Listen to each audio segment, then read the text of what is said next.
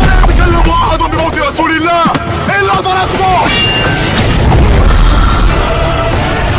جئتك أؤمن بالله وبرسوله وبما شئت به وقد أعذرت إليكم وأعذرتموني.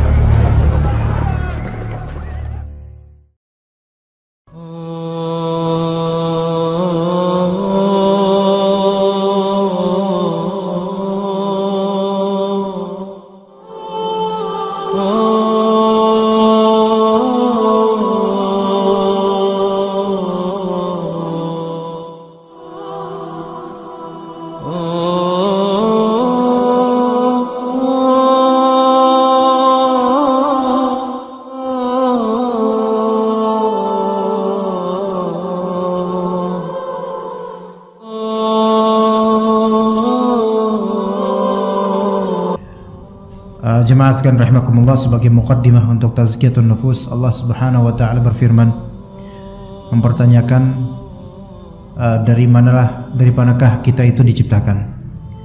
Kata Rabb kita azza wa jalla di surat Abasa, min ayyi syai'in khalaqah, min ayyi syai'in khalaqah, kemudian min nutfatin khalaqahu faqaddarah, thumma as-sabila yassarah, thumma amatahu faaqbarah, thumma idza syaa'a ansyarah, kalla lamma yaqdi ma amarah. Ditanya di sini min ayyi syai', dari hal apakah khalaqah, Allah menciptakan dia, yaitu manusia. Ini pertanyaan istifsar, permintaan tafsir dan permintaan jawaban. Maka jawabannya Allah sendiri yang jawab. Min nutfatin khalaqahu faqaddarah. Min nutfah. Min itu artinya dari. Dan lafal min dalam bahasa Arab itu biasanya menunjukkan ibtida'ul ghayah, yaitu permulaan dari suatu tujuan. Ibtida', permulaan manusia itu dari apa? Min nutfah. Nutfah itu artinya tetesan, nutfah. Tapi tetesan yang maksud di sini adalah mani. Ya, itu pun sebenarnya bukan tetesannya, tapi kecil serpihan dari tetesan mani itu. Min nutfatin khalaqahu, Allah menciptakan dia, manusia, dari nutfah. Faqaddarah, kemudian Allah Ta'ala takdirkan, Allah Ta'ala ukur bagaimana di dalam rahimnya. Ya, suaranya kedengeran gak ikhwan? Ya, jelas gak suaranya ikhwan? Jelas ya? Min nutfatin khalaqahu. Kita semua tercipta dari tanah atau dari air mani? Ayo, siapa yang bilang kita dari tanah sekarang? Ada? Yang tercipta dari tanah siapa? Nabi Adam alaihissalam. Nabi Adam alaihissalam. Ya. Nabi Adam alaihissalam tercipta dari tanah, bukan dari air mani. Itu yang disebut oleh para ulama sebagai khalqun ba'id, yaitu penciptaan yang jauh, asal dari penciptaan manusia dari tanah. Tapi kemudian selanjutnya, mungkin selain Siti Hawa, selain istrinya beliau, selanjutnya anak-anaknya tercipta dari air mani. Ya, tercipta dari air mani. Itu yang disebut khalqun qarib, yaitu penciptaan yang dekat. Ya. Jadi kalau ditanya manusia diciptakan dari apa? Ada dua jawaban. Penciptaan yang mana yang diinginkan oleh penanya? Apakah penciptaan awal, yaitu Adam alaihissalam, atau penciptaan yang dekat, yaitu kita semua? Kalau Nabi Adam alaihissalam dari tanah, kalau kita semua dari air mani, ya kan? Nggak ada kemudian ada seorang suami memasukkan tanah ke istrinya kemudian biar jadi anak, nggak bakal jadi anak, ya. Begitu. Taib. Begitu pula dengan jin. Jin disebutkan oleh Allah Ta'ala mimma rijim min nar, diciptakan dari percikan-percikan ujung api. ya. Dan itu wallahu taala alam, tidak mesti kemudian seluruh jin sekarang apa? Made by fire gitu. Ya, tercipta dari api. Wallahu alam kalau sekarang. Bahkan itu disebutkan pembahasan itu oleh Syekhul Islam Ibnu Taimiyah dan lainnya, bahwasanya materi asal jin itu api tidak melazimkan bahwasanya jin itu adalah api itu sendiri gitu loh. Kayak kita nih, asalnya Nabi Adam tanah. Apakah Nabi Adam tanah? Enggak. Apakah kita sekarang air mani ini sekarang ini? Enggak. Antum air mani lagi duduk datang ke kajian, enggak mungkin kan? Ya manusia dengan bentuk yang Allah Ta'ala inginkan. Begitu. Jadi penciptaan asal itu tidak melazimkan apa? Sekarang dia memang serupa dengan penciptaan asalnya. Begitu. Begitu ya. Begitu wallahu a'lam. Min ayyi syai'in khalaqa min nutfatin khalaqahu faqaddara. Kemudian Allah Subhanahu wa taala takdirkan ukur dia dengan ukuran yang paling pantas yang Allah berikan untuk dia. Maka jemaah sekalian, ukuran diri kita dengan fisik kita, dengan karakter kita yang ada pada kita, ketahuilah itu adalah yang paling cocok untuk kita. Seiri-irinya kita kepada orang lain, kita belum tentu cocok untuk menyandang karakter atau fisik seperti orang itu. Contoh misalnya antum sudah ganteng, kemudian melihat ada orang boncel, tahu boncel nggak ikhwan? Kuntet, tahu kuntet? Nggak tahu juga. Cebol. Bahasanya nggak ada yang benar ya. Pendek, antum udah ganteng, masya Allah, rupawan, disukai wanita, dicintai pria dan seterusnya ya. Ya, dicintai karena Allah maksudnya. Ya, kemudian antum melihat ada orang pendek, kulit hitam legam, keriput dan kulitnya berbuku-buku, wajahnya kemudian membuat orang istighfar dan kemudian taringnya kadang kelihatan. Antum iri sama dia, pengen? Nggak mungkin kan? Nggak mungkin. Taib, kalau ternyata ada orang yang lebih baik daripada antum dari segi fisik, ya pengen seganteng dia atau secantik dia bagi perempuan, ketahuilah bahwasanya kalaupun antum jadi dia, belum tentu antum sekuat dia dan setegar dia, atau belum tentu antum sebaik dia, belum tentu, belum bisa. Contoh lain, antum sekarang menuntut ilmu, pengen jadi ustadz, antum iri sama ustadz yang lagi ngajar misalnya, itu ustadz paling bisa apa, cuma bisa ngomong doang. Ya, dan seterusnya ya, gitu. Di belakang-belakang balik tembok tuh sini. Ustaz ngomong dia gini-gini. Gitu, ya. Saking hasadnya itu. Misalnya, enggak, kalau yang di belakang itu jangan tersinggung. Tapi maksud Anda nyindir supaya jangan di belakang tembok, ya. Nah, itu kemudian dia pengen seperti ustaz itu misalnya. Ketahuilah ikhwan, apa yang Allah bagi pada kita dari ilmu sekarang, itulah yang pantas buat kita gitu loh. Itulah yang pantas. Itu tanamkan. Dan itu yang pantas, dan kalau kita mau lebih silahkan, tapi untuk apa kelebihan itu misalnya? Kalau kelebihan itu hanya untuk pengunggulan duniawi, maka ketahuilah bahwasanya dunia itu kerap kali baru indah ketika kita belum mendapatkannya. Maksudnya dunia itu serasa indah ketika kita belum mendapatkannya. Ketika kita sudah mendapatkannya memang mengecap keindahan tapi sementara, dan ternyata kita ketagihan dan ingin lebih dari seperti itu dunia itu. Dunia itu seperti itu. Ya. Kalau dunia semata, iri karena dunia semata, maka itu akan menjadi nafsu berantai. Tidak akan ada habisnya. Sampai kemudian kita mati, alhaakumut takatsur hatta zurtumul maqabir. Enggak ada habisnya kalau cuma seperti itu. Tapi sekarang apa yang Allah bagi, faqaddarah, Allah takdirkan kepada kita. Bagaimana dari rahim kita sampai sekarang kita menjadi seperti ini. Apa yang Allah berikan kepada antum adalah apa yang paling cocok dan paling benar dan paling baik buat antum. Kalau misalnya antum berusaha seperti misal seorang ustadz sekarang, antum bisa jadi nggak kuat. Jangan kan udah jadi, antum baru duduk di sini aja udah diusir sama DKM. Siapa antum? Gitu kan, belum cocok. Ya, belum cocok. Atau antum mau jadi seorang presiden sekarang, antum hanya orang biasa. Itu yang terbaik buat antum. Karena kalau antum betul jadi presiden, belum tentu antum kuat menahan bebannya. Faqaddarah tsummas sabila yassarah. Kemudian setelah Allah Ta'ala kadarkan dia di rahim ibunya, ya, di rahim ibu anak ini, tsummas sabila yassarah. Kemudian sabil itu jalan, yassarah Allah mudahkan dia. Allah mudahkan jalan. Jalan di sini ada dua tafsiran, ikhwan. As-sabil di sini ada tafsiran. Sebelum kita ke kitab ya, nanti insyaallah akan dibacakan oleh Syekh Al-Imam Al-Allamah. Ini Masya Allah ya, insyaallah nanti akan dibacakan oleh beliau. Sabil ada dua tafsiran dalam surat Abasa itu sabil. Tafsiran pertama dan tafsiran kedua. Tafsiran pertama ini tafsiran Ibnu Abbas, yaitu sabil yang dimaksud adalah jalan rahim untuk keluar, ya, untuk lahiran. Ya, kalau lahir normal, kalau lahir sesar ya itu beda lagi ya. Ini jalan lahir. Sabil itu Allah mudahkan. Coba kalau Allah sulit, sesar kan jadinya keluar biaya lagi nggak? Berapa biaya sesar sekarang ya, 6 juta bukan? Sekitar itu. 10 sekarang. Tarif 2020 besok 10. 2015 kayaknya baru 6 juta ya. Mungkin naik ya sedikit ya. Enggak sedikit, 4 juta naiknya, Masya Allah. Taib.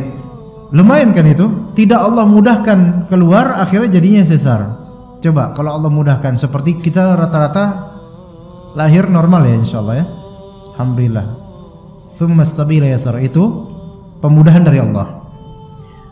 Tapi tafsiran kedua, makna sabil di sini adalah jalan yang dipilih di dunia ini. Imma sabilul syukur, imma sabilul kufur.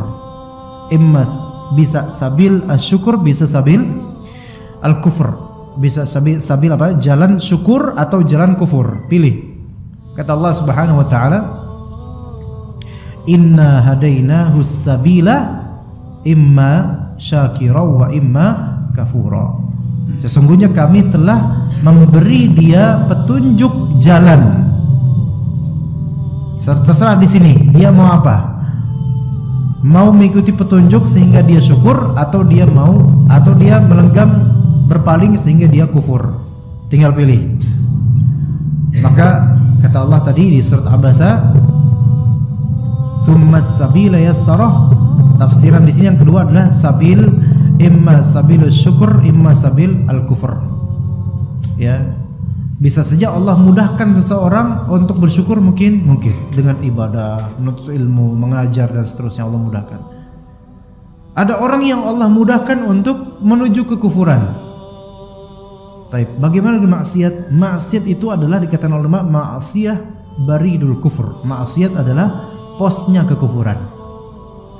Minimal kemaksiatan itu adalah bentuk kufur nikmat, minimal. Sebelum nanti step-step berikutnya menuju ke kufur akbar, yaitu maksiat. Maka maksiat ini step menuju kekufuran, minimal kekufuran asghar, yaitu kufur nikmat dan semisal itu. Nah, sekarang kita ini dimudahkan untuk yang mana? Yang Rasulullah SAW suatu ketika di tangan kanannya ada seonggok buku, di tangan kirinya juga ada satu buku. Maka kemudian Rasul bertanya, "Kalian tahu tidak apa ini?" Kata para sahabat, "Allah wa Rasul alam." Allah dan Rasul lebih mengetahuinya. Maka kata Rasulullah SAW, "Ini di tangan kananku adalah kitab yang berisikan nama-nama penghuni surga lengkap dengan nama ayahnya, dengan nama binnya, ayahnya siapa. Nanti tidak akan ditambahkan sedikit pun, tidak akan dikurangi sedikit pun." Ini juga di sini sebelah kiri nama penghuni neraka, isinya buku-buku ini nama penghuni neraka. Tidak ditambahkan, tidak dikurangi, udah fix. Ini menunjukkan akidah apa? Bahwasanya surga dan neraka penghuni-penghuninya itu sudah Allah tentukan. Maka kemudian kan para sahabat bertanya, ini juga dalam riwayat Bukhari dan riwayat lainnya, ya. Kemudian kalau begitu, bolehkah kita bertawakal atau kita udah menyerahkan aja kepada catatan tersebut, sehingga kita tidak usahlah beramal gitu? Kan pikiran gitu. Artinya gini, kalau udah ketahuan siapa-siapa yang bakal ke surga, siapa-siapa yang bakal ke neraka, lalu buat apa kita capek-capek beramal? Khawatirnya kan gini, khawatirnya kalau saya udah capek beramal, taunya udah ditentukan ke neraka, ya. Itu fulan itu yang maksiat terus, tahu-taunya ke surga. Udahlah, nggak usah beramal. Nggak, kata Rasulullah SAW, nggak. Ya, saddidu wa qaribu, yaitu berlaku tepatlah. Kalaupun memang tidak mampu 100% tepat, dekatilah hal yang terbenar. Ya, Kemudian dikatakan oleh Rasulullah SAW, kullun muyassarun lima khuliqalah. Setiap orang muyassarun thumma sabila yassara. Muyassarun artinya apa? Muyassarun dimudahkan. Insan, udah ada pertanyaan?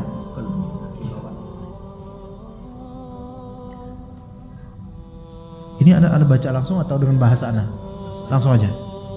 Ustaz, tolong ditegur suara ummahat dan anak-anak di ruang sebelah. Syukron. Tolong ummahat tegur suara ummahat dan anak-anak di ruang sebelah, ruangan sebelahnya, ya. Ya kan? Itu kan ruangan sebelahnya, ya. Tolong ditegur ya supaya tidak mengganggu, supaya pada fokus, ya. Sampai mana kita tadi? Kata Nabi SAW, fakullun muyassarun lima khuliqalah. Setiap insan itu akan dimudahkan menuju tujuan dia diciptakan. Kalau Allah takdirkan dia di neraka, maka Allah akan mudahkan dia untuk amalan penghuni neraka. Allah mudahkan. Kalau dia memang ditakdirkan untuk menuju surga, maka Allah mudahkan amalan menuju surga.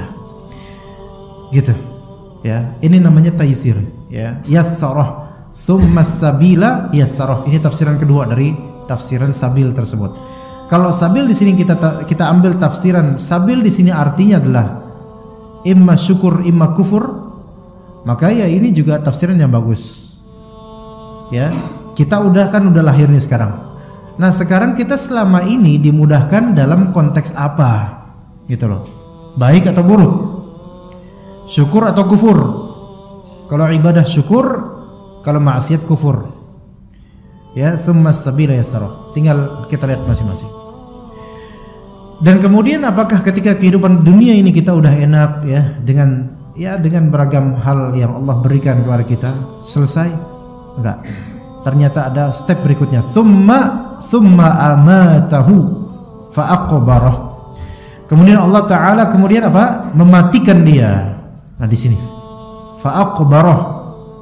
Nah, kemudian Allah kubur dia. Allah jadikan dia dikubur di tanah yang selama ini kita injak-injak, jemaah sekalian. Padahal itu asli penciptaan bapak kita, itu Nabi Adam alaihissalam. Selama ini kita nginjek tanah. Bahkan selama ini kita menganggap tanah itu kotor. Ya. Namun ternyata suatu saat kita akan berumahkan tanah.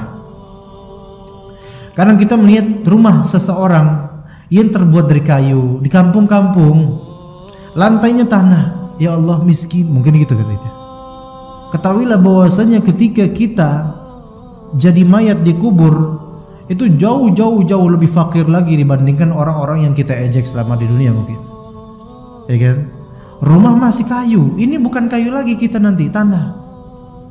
Khalas, tanah nggak punya apa, mungkin ada dipan-dipan kayu ya untuk mayit itu. Tapi apalah artinya itu nanti? Nggak ada artinya, khalas.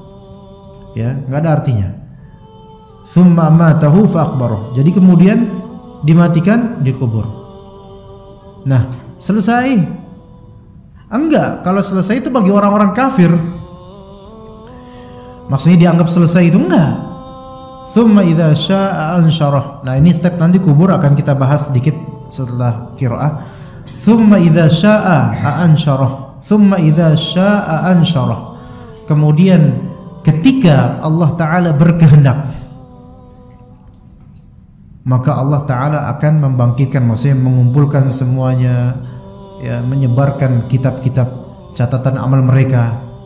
Ini semua bergantung pada apa? Masyiah Allah Ta'ala. Dan masyiah Allah Ta'ala itu tidak ada yang bisa mengatur. Maka hari kiamat tidak ada yang bisa mengatur kecuali Allah, Maliki Yaumiddin. Limanil mulkul yaum lillahil wahidil qahar. Milik siapakah hari ini? Yaitu hari kiamat milik Allah Ta'ala Al-Wahid, Maha Esa, Al-Qahar, lagi Maha mengalahkan segalanya. Nah, kita tidak sedang bicara tentang hari kiamat itu. Sekarang kita akan lebih fokus ke masalah kubur dan lebih rinci lagi, maksudnya lebih detail, lebih khusus lagi ke masalah azab kubur sesuai dengan urutan kitab. Ya, tafadhol Syekh Al-Imam Al-Allamah. Ya. Ada ininya, ada speakernya. Ya, tafadhol, bismillah. قال المؤلف رحمه الله والإيمان بعدم القدر وأن هذه الأمة تفتن في قبور ربه ومن نبيه ويأتي منكرا ونكرا كيف شاء الله وكيف أراد والإيمان به والتصديق به. Berkata penulis Imam Ahmad bin Hanbal rahimahullah ta'ala pada poin 19, beriman kepada adab kubur. Kemudian poin 20, dan bahwa umat ini akan diuji dan ditanya di dalam kuburnya tentang iman. Taib. Nanti lanjut. Jadi umat ini akan mendapatkan fitnah kubur. Ya, fitnah kubur ini beda dengan azab kubur. Fitnah kubur ini adalah step sebelum adanya azab atau nikmah. Ya, jadi fitnah terlebih dahulu. Fitnah itu artinya adalah ikhtibar, imtihan, ibtila, yaitu ujian, tes, soal. Ditanya di situ tadi disebutkan tentang Islam dan imannya, tentang man rabbuk atau tentang nabinya. Dan umat ini akan ditanya nanti. Banyak dari kaum muslimin yang menganggap fitnah kubur adalah azab kubur. Tidak. Semua memiliki posibilitas untuk terkena fitnah kubur dengan beberapa pengecualian, yaitu para nabi, para siddiqin, dan para syuhada. Adapun orang soleh biasa dapat gak fitnah kubur? Dapat. Orang soleh dapat fitnah kubur. Yang insya Allah tidak dapat fitnah kubur, tidak ditanya, jadi langsung dapat kenikmatan insya Allah. Para nabi, para siddiqin, para syuhada. Ya. Siddiqinnya orang yang betul-betul jujur, luar dalam itu soleh betul-betul. Dan siddiqin ini di atas syuhada. Taib, kenapa siddiqin dimasukkan? Karena syuhada. Syuhada di sini kata Nabi SAW yang maknanya cukuplah kilatan pedang itu sebagai fitnah untuk syuhada itu. Jadi sebelum dia mati dia melihat kilatan-kilatan pedang untuk menebas lehernya, kemudian dia mati. Itu sudah menjadi fitnah buat dia, dan ketika dikubur nanti dia tidak mendapatkan fitnah kubur. Kalau dia ikhlas. Kalau dia ikhlas fisabilillah. Ya. Nah, karena syuhada ini derajatnya itu di bawah siddiqin dan ternyata tidak dapat fitnah kubur, maka para ulama beristinbat insyaallah orang-orang siddiqin juga tidak mendapatkan fitnah kubur. Taib, yang keempat solehin. Solehin ini dapat fitnah kubur. Ditanya nanti. Kalau memang betul dia soleh, Allah Ta'ala pun akan menolongnya untuk menjawab sesuai dengan kesolehan dia. Muskilahnya sekarang kita ini soleh apa enggak gitu loh. Masuk gak ke karakter salah satu dari empat ini? Nabi gak mungkin. Siddiqin, aduh jangan tanya deh. Syuhada gak juga. Atau belum kali ya. Ya kita lihat nanti kita matinya gimana gitu kan ya. Syahid yang dimaksud adalah syahid di medan perang ya, bukan syahid karena perutnya sakit, syahid karena ketimpa tembok misalnya. Itu ada, itu syahid duniawiyah, itu beda lagi. Yang soleh kita bilang diri kita soleh enggak? Masya Allah belum bisa ya. Maka kita belum bisa merasa aman dari fitnah kubur. Fitnah kubur bisa enggak kita jawab? Sesuai dengan bagaimana keikhlasan kita selama ini. Kemudian setelah itu, kalau ternyata enggak bisa jawab, wallahu alam mungkin enggak bisa jawab satu, artinya enggak bisa jawab semuanya. Atau sulit jawab semuanya. Ala kulli hal, Allah yang lebih tahu tentang itu. Mungkin dia tergantung ya, kalau misalnya tentang man rabbuk itu bagaimana keikhlasan dia ya. Tentang Nabi bagaimana ittiba' dia, berbuat bid'ah enggak. Dan kemudian bagaimana kadar keislaman dia ya. Ala kulli hal Allah yang lebih tahu tentang itu. Nah setelah itu barulah kalau dia sukses maka Allah akan berikan kenikmatan di kuburnya. Tidak mungkin ada yang sukses melainkan dia pasti orang beriman. Yang tidak beriman, kafir, itu nggak bakal sukses. Yang setengah-setengah ya ini juga dikhawatirkan setengah-setengah. Ya maka akan ditanya itu semua azab kubur. Sebelum azab kubur ada fitnah kubur. Taib. Tadi dilanjutkan setelah yang terpotong tadi terjemahan. Islam, siapa rohnya, siapa nabinya, dan akan didatangi oleh malaikat Munkar dan Nakir sesuai dengan kehendak dan keinginan Allah. Taib. Di sini sesuai dengan kehendak dan keinginan Allah. Sekali lagi, ketika itu kehendak Allah, masyiah Allah, maka tidak ada satupun makhluk yang mengaturnya atau melogikakannya. Kalau Allah pengen, Allah lakukan. Jadi malaikat-malaikat ini munkar nakir, mereka adalah malaikat mulia yang taat pada Allah. Kalau Allah kehendaki untuk menanyakan kepada mereka melalui malaikat ini, pasti dilakukan oleh malaikat-malaikat tersebut. Selain malaikat itu, kita juga tergantung juga pada kehendak Allah Subhanahu wa taala. Bagaimana kita bisa menjawab pertanyaan-pertanyaan tersebut? Itu betul-betul murni pertolongan Allah. Ya, memang ada sebabnya, itu amalan di dunia. Tetapi semua amalan di dunia kita ini murni pertolongan Allah Subhanahu wa taala. Ya, semua sebab dan semua musabab itu semua dari Allah Subhanahu wa taala. Allah menjadikan adanya sebab untuk menjadi musabab berikutnya akibat. Itu semua dari Allah Subhanahu wa taala.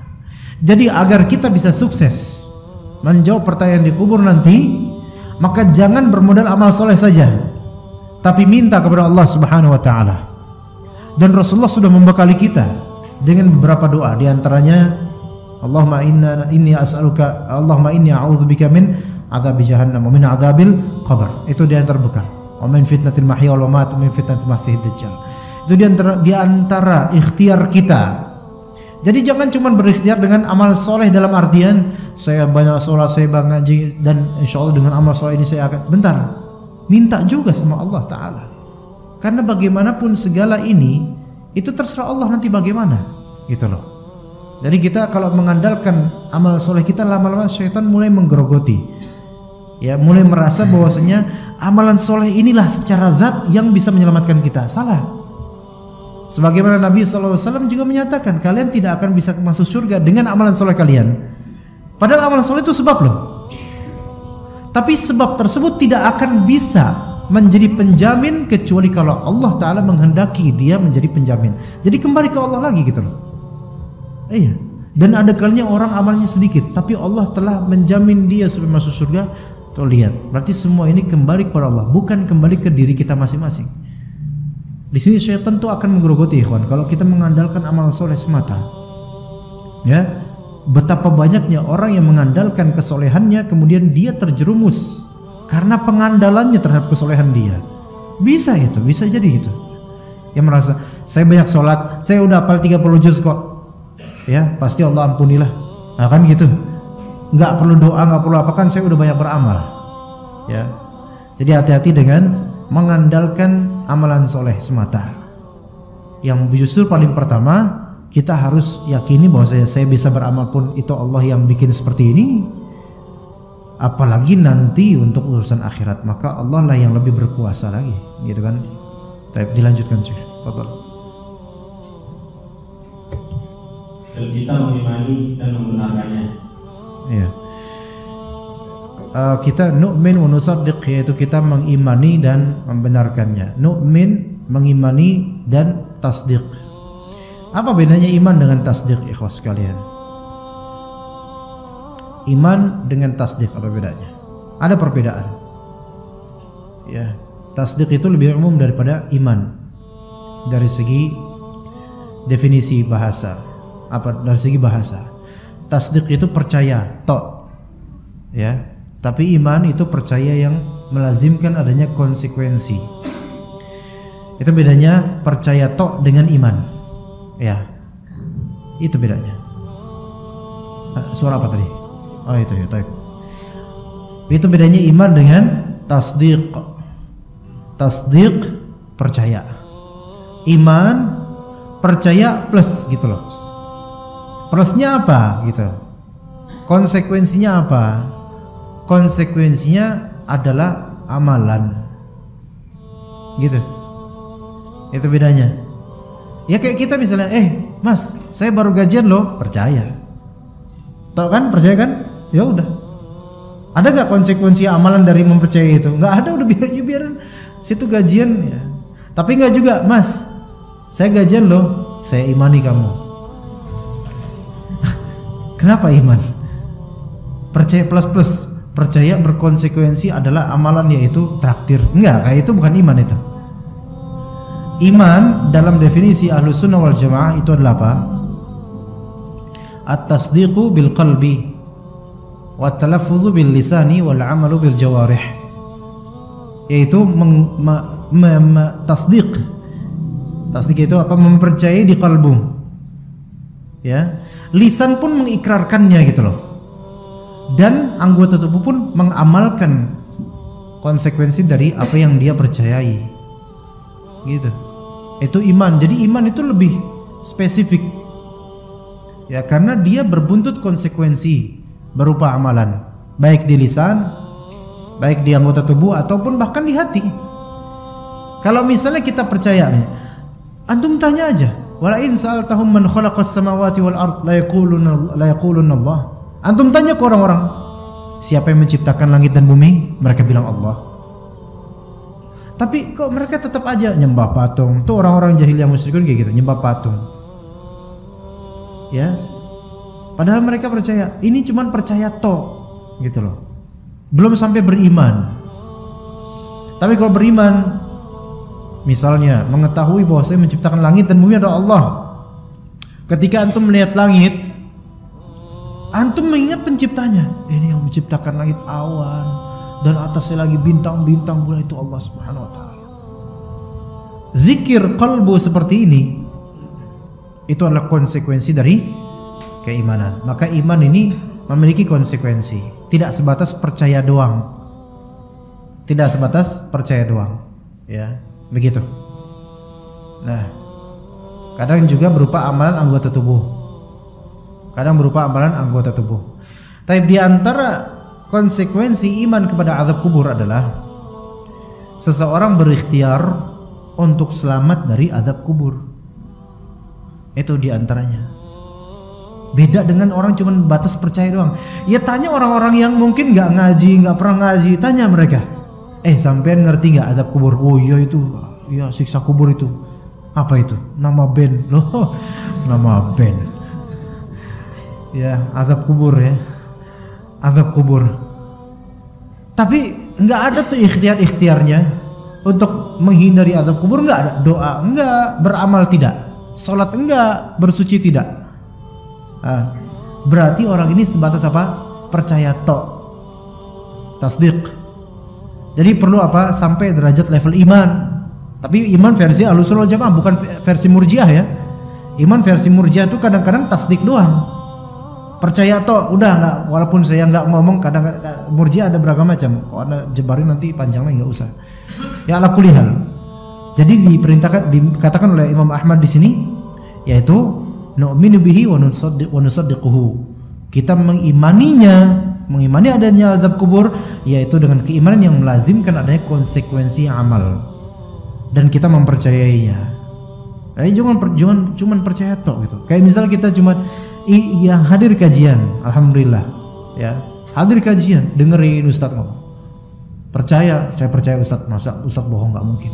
Tapi cuma gitu doang, udah percaya, keluar ya udah, pulang udah nggak ada penyegaran iman, nggak ada amalan, nggak, cuman ya percaya aja, udah gitu, percaya aja ya. Jadi nggak ada nafas-nafas iman yang ada di hatinya gitu, nggak ada. Maka kita butuh apa? Mengimani. Iman ini nilainya jadi plus, dia plus nilainya ya, begitu. Tapi syarahnya ya sekarang, fadhal.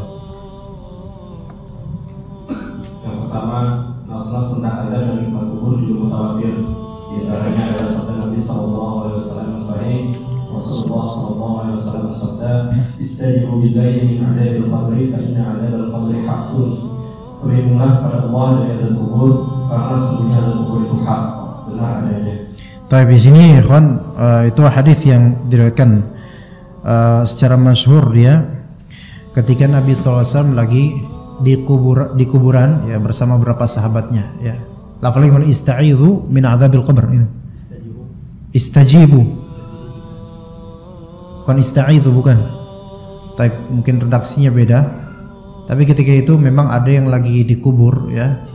Kemudian Nabi SAW duduk ya, mungkin jongkok bersama beberapa sahabatnya, dan mereka terdiam semuanya. Yang disebutkan oleh sahabat Nabi itu kita itu ketika itu sedang terdiam dan seperti ada seperti ada burung di atas kepala kita. Artinya apa ya kawan? diamnya tuh diem banget gitu. Antum kalau misalnya ada burung di atas kepala ini loh, gitu kan diem, jadi apa ya? Jangan gerak, ntar dia terbang gitu kan. Pas gerak terbang nih. Lo sih gerakan gitu kan. Ya, jadi diamnya tuh betul-betul membeku gitu. Ya, dan Rasulullah SAW kemudian menggambarkan sambil kayak orang seperti iseng ini tanah ngoyak-ngoyak tanah gitu. Kemudian terdiam sejenak dan kemudian berkata beliau SAW, "Ista'izu min adzabil qabr" sampai 2 atau 3 kali. Ya, dan dalam riwayat tersebut fa inna adzabal qabri haqq. Berlindunglah kalian dari azab kubur, sesungguhnya azab kubur itu hak. Hak di sini artinya apa, ikhwan? Hak itu ada beberapa makna. Hak itu sebenarnya kalau hak bahasa kita pun hak. Tapi apa artinya, ikhwan? Di English hak itu artinya right. Ya kan? Right. Apa right itu? Benar atau hak? Iya benar, hak. 2 itu. Berarti di sini azab kubur artinya hak, benar atau apa? Artinya benar. Benar apa maksudnya? Benar pasti terjadi. Fa inna azabal qabri haqq. Sesungguhnya azab kubur itu benar terjadi. Ya. Kita diminta oleh Rasulullah SAW untuk berlindung kepada Allah dari azab kubur. Sampai 3 kali beliau bilang gitu. Tidaklah beliau mengulangi suatu perkataan atau pertanyaan lebih dari sekali, melainkan pasti ada sesuatu yang besar. Imma dia kebaikan yang luar biasa atau peringatan yang besar. Ya. Pernah nggak kira-kira kita ke kuburan untuk berpikir seperti itu, ikhwan? Ana udah pernah waktu kajian malam itu menceritakan kepada antum tentang fenomena sekarang yang mana setan-setan berusaha untuk melencengkan pemahaman kaum muslimin Indonesia agar salah dalam memahami masalah azab kubur. Ya, sehingga setan-setan itu menampakkan diri mereka seolah-olah mereka adalah orang-orang yang terazab di kuburnya. Paham gak maksud Anda? Rata-rata kalau antum lihat pocong itu, tapi pernah lihat gak? Lihat pocong itu kira-kira bagus gak wajahnya? Pasti enggak, hancur. Misalnya kuntilanak misalnya, hancur mukanya. Ya, kalaupun cantik misalnya tapi muka tengkorak, cantik gak itu kira-kira? Nggak ada cantik-cantiknya, ikhwan. Ya, kenapa mereka menampakkan seperti itu? Gitu loh. Dan kenapa bajunya tuh kayak gitu loh? Ya. Kenapa pocong bajunya baju kafan gitu loh? Dan kenapa sambil sedekap? Karena menganalogikan seperti apa? Mayit, supaya sesat pemikiran kita. Gitu loh. Iya, aslinya kayak gitu nggak? Allah lebih tahu. Anda nggak pernah menelusuri alam mereka sih, tapi nggak tahu deh. Ya, tanya aja antum. Akhi, antum emang kayak gitu dari sananya? Tanya aja. Ya, mungkin dia jawab na'am akhi. Ya, kayak gini kan sedekap kan? Ya, kamu ini persis seperti yang pocong-pocongnya di kuburan, yang memang dikubur gitu. Tapi kenapa bentuknya seperti itu? Coba kapan-kapan antum interview itu mereka. Kemudian itu mbak yang kuntilanak, kenapa pakai daster gitu loh? Kenapa nggak ada pakaian lain yang mungkin jangan menunjukkan ke kuburan deh? Apalah gitu ya? Ya, mungkin pakai cadar kadang-kadang mungkin nggak ada. Mereka itu mengikuti bagaimana pola pikir masyarakat, dan kemudian mereka berusaha untuk merekalah yang sekarang membajak pola pikir masyarakat supaya teralihkan seolah-olah mereka adalah orang-orang yang diazab di kuburnya dan menjadi arwah-arwah penasaran. Iya, begitu keinginan mereka secara halus. Dan sasaran pemikiran sesat ini adalah orang-orang yang nggak pernah ngaji, nggak pernah apa, kemudian nyari setan. Akhirnya coba sekarang tayangan live streaming tentang setan-setan itu, ya terutama malam Jumat, itu viewersnya berapa coba? Bisa ribuan ya kon, live, padahal jam tengah malam loh. Ini aja Mai aja ini, coba Mai berapa? Yang viewersnya berapa? nggak usah diomongin, malu, ya kan? Nggak usah diomongin. Coba kalau misalnya sekali-kali kajian ilmiah ini Masjid Al-Ikhlas santronin kuburan terdekat malam-malam, ya misalnya ustadz meeting dengan Wowo misalnya jam 11 malam Jumat, nggak apa-apa mau pahing pon atau kliwon terserah, itu insya Allah viewersnya banyak, subscribernya tambah banyak itu. Habis itu ditahdir habis-habisan itu, ya karena konsumen kita ini sangat subur ini masalah ini, ya kawan. Sehingga yang tadinya kita harusnya ketika kita melihat kuburan, yang kita takutkan apa? Azab kubur. Sekarang kembali, azab kubur siapa yang menghendaki adanya azab kubur? Allah Subhanahu wa taala. Orang kalau khawatir akan terkena azab kubur, ini kan tauhid. Syaitan berusaha mengalihkan dari tauhid itu kepada apa? Kepada syirik, supaya takutnya setan di kuburan gitu loh. Gitu loh, Pak, paham ya di sini? Itu pengalihan isu itu. Jadi setan berpolitik juga, ya kawan. Ya, mereka kayak gitu.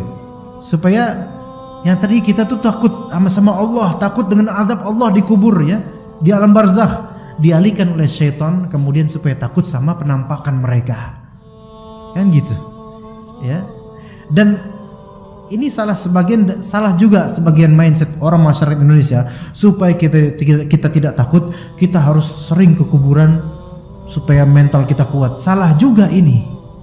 Ini yang menimpa banyak dari anak-anak zaman sekarang, bahkan sampai anak desa yang sekarang udah mulai pakai YouTube dan seterusnya. Supaya kita semakin beriman, ya, supaya kita semakin kuat, nggak takut sama setan, mari kita datang ke kuburan, rumah kosong, tempat misteri dan seterusnya, tempat angker, tempat bekas bunuh diri dan seterusnya. Didatengin kemudian live, ya, dan dilihat nanti siapa yang komentar, berapa viewersnya, masya Allah, nanti dapat duit banyak. Memang banyak duit di situ, masya Allah. Kan ujung-ujungnya itu sebenarnya. Nah, ya udah, kemudian kan terjadi kadang penampakan, dan makin kekinian, Anda yakin setan-setan itu makin senang ketika mereka datang, dan mereka mungkin berijma untuk menampakkan diri. Iya, makanya sekarang penampakan tuh udah kayak apa ya? Udah kayak, jadi kita nyari setan tuh udah kayak nyari Alfamart, dapat setan, ada setan lagi, gampang nampakin, dan sengaja itu setan tuh nampakin sengaja. Bahkan di shoot mukanya juga dilihat gitu, dia benar-benar memperlihatkan. Itu bukan aslinya, bukan seperti itu. Kenapa setan-setan ini merelakan diri untuk seperti itu? Supaya terjadi perubahan mindset yang harusnya kita takut sama kubur, azab kubur. Akhirnya kita takutnya kepada setan. Dengan ditalbis supaya kita nggak takut sama setan. Padahal ini membuat orang-orang itu lebih memperhatikan setan dibandingkan dengan nas-nas tentang azab kubur. Ini sebenarnya pergeseran akidah yang sifatnya masif, namun kita ini jarang membahasnya, ikhwan. Karena Anda meneliti harus seperti ini. Anda meneliti secara update beneran, supaya bisa mempresentasikan dan membuktikan bahwasanya syaitan itu ketika antum suka mau ke dia, maka syaitan itu pun mau ke antum. Iya, makanya dukun-dukun itu ketika mereka mendedikasikan ritual mereka kepada syaitan, syaitan mendatangi mereka dan membantu mereka.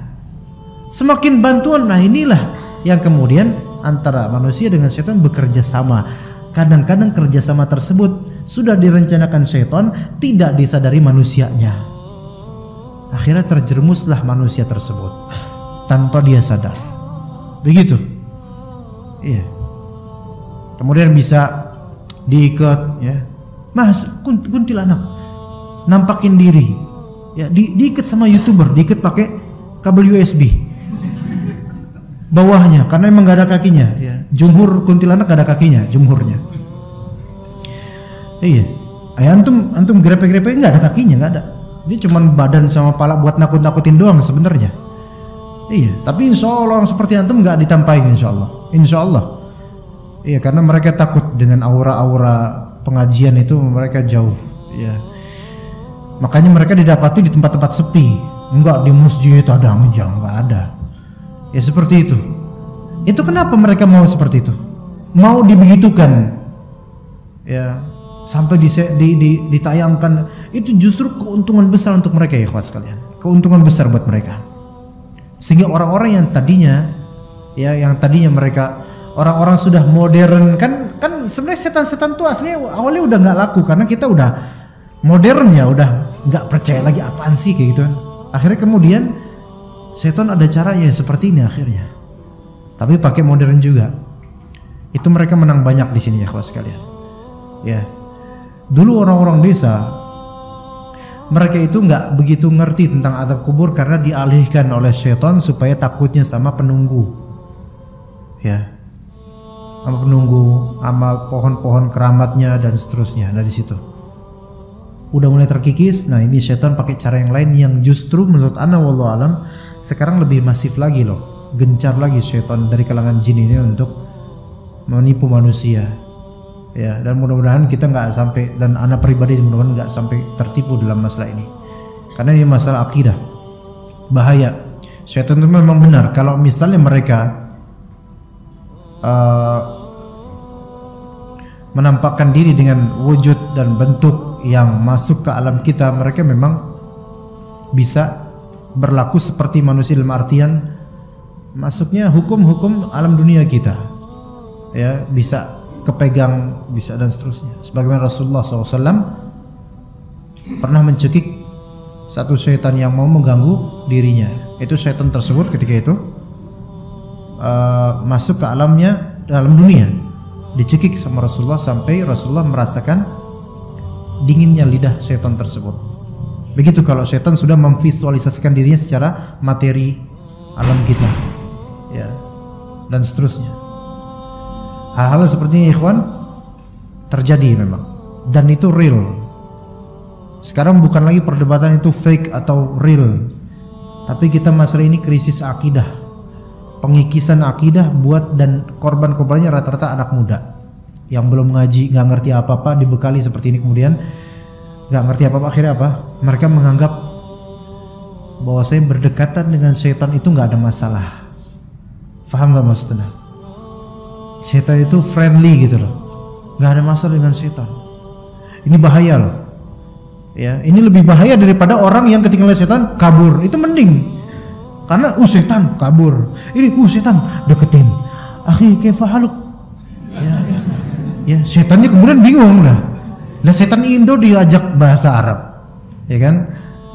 Ya, tapi memang ya seperti itu ya kawan, maka hati-hati. Taib. Ada lanjutan ya? Lanjut, fadhal. Kemudian dari yang kedua, dari dalam hadis muttafaqun alaihi, Rasulullah sallallahu alaihi wasallam bersabda, "Ana uhiya ilayya annakum tuftanuna fil qubur." Ya. Sesungguhnya telah diwahyukan kepadaku bahwa kalian akan diuji di dalam kuburan. Taib. Rasulullah SAW menyebutkan annahu yuha ilayya annakum tuftanuna fil qabri, gitu ya.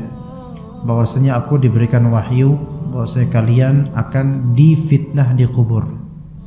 Coba sekarang ikhwan bandingkan kita yang alhamdulillah ngaji dengan izin Allah, dengan rahmat Allah, ketika mengetahui ada jannah, ada nar, ada azab kubur, ada naim kubur, ada fitnah kubur. Oke, itu materi, satu materi akidah. Kemudian ada pocong, genderuwo, kunti, materi lain. Antum lebih takut mana sekarang? Ayo. Kalau sama orang-orang yang nggak pernah ngaji, orang kan ada ini, ada pocong, itu takut kabur ya. Ketika dibahas materi-materi tentang tadi nikmat kubur, azab kubur dan seterusnya, apaan sih berat banget ngomongnya. Tuh lihat, ya, setan berhasil tuh mengalihkan orang-orang supaya apa? Lebih takut pada mereka. Khosyahnya bukan kepada Allah, tapi khosyahnya kepada setan. Ya, ini bahaya. Ini adalah penyimpangan akidah, pengikisan akidah, sehingga khawatirnya menjadi nol nanti akidahnya. Taib. Annakum tuftanuna fil qabr atau fil kubur. Kalian akan tuftanuna, di fitnah, yaitu diuji di kubur-kubur kalian. Lafal ini bukan doa. Ini lafal khobar namanya. Dan khobar itu berarti menjelaskan kenyataan, baik masa lampau, sekarang atau di kemudian waktu. Dan ini lafal di sini annakum tuftanuna fil qabr atau fil kubur. Tuftanuna dengan fi'il mudhari' yang menunjukkan kalau enggak sekarang masa depan. Nah, menunjukkan masa depan. Kalian tuftanuna fil qabr. Dan Rasulullah menyebutkan itu pada sahabat. Ya kan? Beliau menyebut annakum. Kum di sini memang sahabat kalian. Ibrahnya apa? Beliau menyebutkan kalian. Bukan menyebut bahwasanya kaum muslimun gitu, ya kan? Paham? Ana ulangi. Rasulullah mengatakan kalian di sini Rasulullah ngomong ke siapa? Sahabat. Kalian akan difitnah di kubur kalian, yaitu ditanya di kubur kalian. Kalian para sahabat. Ya. Kenapa Rasulullah enggak menyebutkan dalam redaksi ini annal muslimina yuftanuna fil kubur misalnya? Bahwasanya kaum muslimin akan diuji di kuburan. Kenapa faedahnya? Faedahnya adalah kita supaya ngacak lebih-lebih. Sahabat saja itu Rasulullah bilang kalian akan ditanya di kuburan, apalagi yang derajatnya jauh di bawah sahabat. Apalagi yang derajatnya yang kata Rasulullah SAW, "Lau anna ahadukum anfaqa mithla Uhudin zahaban ma balagha mudda ahadihim wala nasifah." Kalau misalnya kalian berinfak berapa? Seberapa? Segunung emas, berinfak emas segunung Uhud, ya. Gunung Uhud dekat mana ikhwan? Dekat Madinah, dekat Masjid Nabawi, ya di Madinah sana, ya kan? Nah, kalian segitu Gunung Uhud. Gunung Uhud itu kira-kira dia berapa tingginya? Sekitar 600 meteran tingginya, kalau nggak salah ya. Tapi dia Gunung Uhud itu agak luas tuh, besar itu. Ya, ini sebenarnya hadisnya ini turun di hadis ini Rasulullah katakan di periode Madinah. Kalian berinfak dengan emas sebesar Gunung Uhud, kalian tidak bisa menyamai mudda ahadihim wala nasifah. Infak satu mud mereka atau setengah mud mereka. Infak segenggam misalnya, sahabat Nabi infak segenggam, kita infak segunung Uhud belum bisa sama. Kadarnya begitu sahabat dibandingkan kita ya. Ya. Lalu bagaimana dengan kita kalau sahabat pun akan ditanya nanti di kuburnya gitu loh. Sedangkan kita ini belum ada apa-apanya. Kita ini belum sampai kayak Abdullah bin Maktum ya. Iya. Buta tidak, tua pun belum, renta pun enggak, rumah pun enggak begitu jauh, rumah pun tidak begitu jauh dari masjid. Abdullah bin Maktum rumahnya jauh dari masjid. Kita bukan muadzin, beliau muadzin, ya kan? Abdullah bin Maktum itu muadzin subuh versi keduanya. Sebelumnya Bilal, baru Abdullah bin Maktum. Kalau beliau seorang buta, tua renta, rumahnya jauh, lemah, ketika nanya ke Rasulullah, "Ya Rasulullah, saya boleh enggak diberi rukhsah uzur untuk tidak sholat berjamaah?" Maka kata Rasulullah, "Atasma'un nida?" Engkau mendengar panggilan Allah, maksudnya azan? Na'am ya Rasulullah. Iya. Fa'ajib, jawab. Maksudnya jawab di sini apa? Datang ke masjid. Lah kita mungkin belum karena kita malas-malasan, ini kan? Ada azan belum? Ya nantilah, nunggu qomat. Udah qomat, nunggu takbiratul ihram. Ya udah takbiratul ihram, nunggu tasyahud akhir. Udah tasyahud. Terus kapan ke masjidnya gitu kan ya? Iya. Belum ada apa-apanya itu dibandingkan kemudian Abdullah bin Mas'ud misalnya. Betis kita jauh lebih besar mungkin daripada betisnya Abdullah bin Mas'ud yang ditertawai oleh sahabatnya ketika tersingkap betisnya. Ya, tetapi kata Rasulullah, kenapa kalian ketawa ketika tersingkap betisnya? Para sahabat ketawa gitu loh. Orang itu kalau kurunya nemen gitu loh, kurusnya kebangetan gitu loh. Itu kan mungkin secara natural ya, tanpa dibuat-buat dan mungkin nggak maksud mengejek, ketawa melihatnya karena unik gitu ya. Tapi ternyata Rasulullah SAW menyangkal itu jika ditimbang dengan Gunung Uhud itu lebih berat itu kakinya Abdullah bin Mas'ud, karena ibadahnya beliau, rajin ke masjidnya beliau, jihadnya beliau. Kalau kita kira-kira gimana? Tapi ini bukan berarti anjuran untuk memperkurus diri, diet, bukan itu juga. Ya supaya maksudnya kita tuh nggak ada apa-apanya loh. Fisik mungkin kita kadang-kadang bisa lebih sempurna daripada sebagian sahabat, tapi kemuliaannya nggak ada apa-apanya, kita nggak ada apa-apanya. Kalau yang seperti itu aja itu berpotensi ditanya di kubur, maka bagaimana dengan kita? Kalau Utsman bin Affan aja ketika dibincangkan tentang azab kubur menangis beliau, padahal beliau di antara 10 orang yang dijamin masuk surga. Jazakallahu khair. Ketika ditanya, kenapa ya Utsman ketika disebutkan neraka engkau tidak menangis, disebut azab kubur engkau menangis? Ya, kata beliau, ini imma Utsman atau Umar, ana ikhtilat ya itu. Mungkin Utsman atau Umar, ana lupa. Itu kalau misalnya untuk jannah udah dipastikan Rasulullah SAW. Tapi kalau untuk azab kubur, siapa yang bisa memastikan? Ya, ya ada lanjutannya. Ayo, fadhal. Yang mau bertanya di kertas disegerakan, ikhwan. Dan yang berikutnya Rasulullah SAW bersabda, "Idza tu'al itu ada malaikat salani azrafani yuqalu li hadhihi man inkaru wal akhar nakiru." Apabila seorang mayit dikuburkan, maka akan datang kepadanya Munkarun atau nakirun, tanwin atau enggak?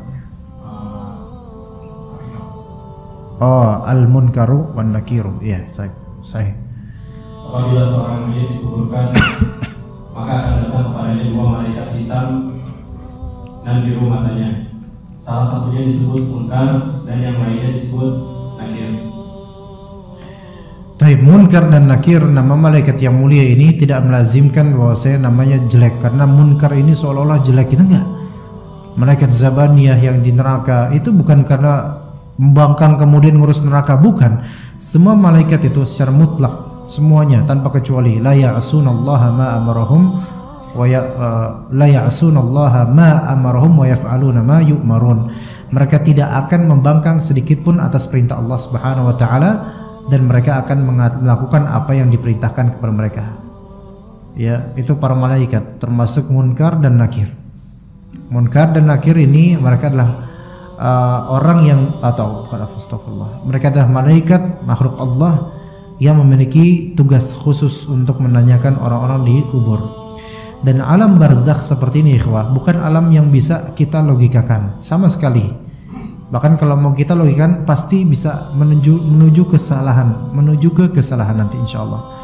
Gak bisa distandarkan dengan alam dunia. Contoh, ketika kalau misalnya ada seseorang dia terlihat gosong mukanya, ya ini pasti habis kebakar, sakit mesti. Wajar nggak kita bilang gitu? Manusia yang di dunia ini misalnya mukanya meleleh, sakit nggak? Sakit dunia. Tapi kemudian kalau misalnya ada seseorang kuburannya digali, ternyata gosong dia. Taib, apakah kita bisa menghakimi bahwa dia terkena azab kubur, sakit? Bisa nggak kita hakimi gitu? Hah? Nggak bisa dan nggak boleh. Nggak bisa dan nggak boleh. Karena yang kita lihat adalah alam dunia, sementara yang dia rasakan alam barzakh, dan kita tidak bisa memastikan bagaimana alam barzakh seseorang, mungkin kecuali orang yang mati dalam kekafiran murni, ya. Maka itu insyaallah, ya naudzubillah, ya akan diazab di kuburnya. Dan malaikat munkar dan nakir ini termasuk, ya tentu saja malaikat kan alamnya alam gaib bagi kita. Dia ada di alam, mereka ada di alam yang serupa dengan alam barzakh, dan alamnya alam malaikat, namun dipertemukan oleh Allah Ta'ala kepada mayit-mayit tersebut. Jangan kemudian dilogikakan, malaikat munkar dan nakir ada berapa sih? Jangan ditanya, ya kita nggak tahu. Cuman pokoknya zahirnya 2 udah selesai. Lah terus kalau bisa 2 repot dong, ya kan ya? Ya, ada di satu kuburan misalnya di Pondok Ranggon, ya ada 5 yang dikubur sekaligus. Ntar nanyanya gimana Pak? Gitu kan? Ini kan kenapa nanya itu? Pertanyaan itu hadir kenapa? Karena melogikakan malaikat itu seperti kita, gitu loh.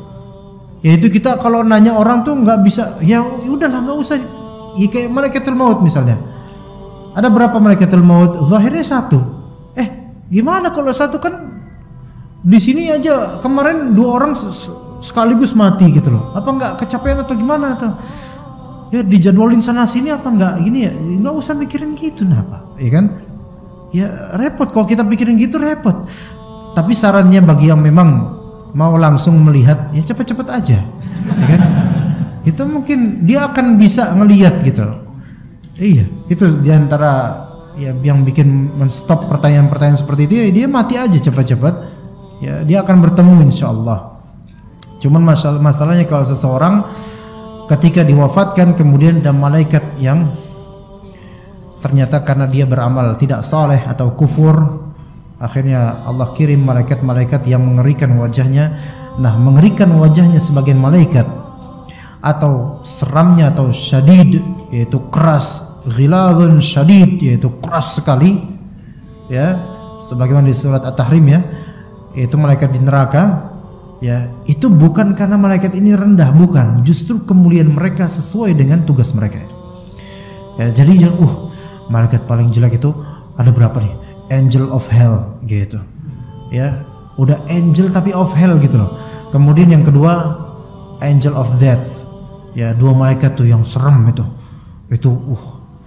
Ini keyakinan orang barat kan seperti itu. Kadang-kadang mereka melukiskan malaikat-malaikat itu, ya, perempuan, tapi kadang-kadang mereka menganggap malaikat itu laki-laki, malaikatul maut, ya. Kalau bisa jangan terlalu banyak, tapi terserah deh, ya. Ya, Anda serahkan ke Allah aja.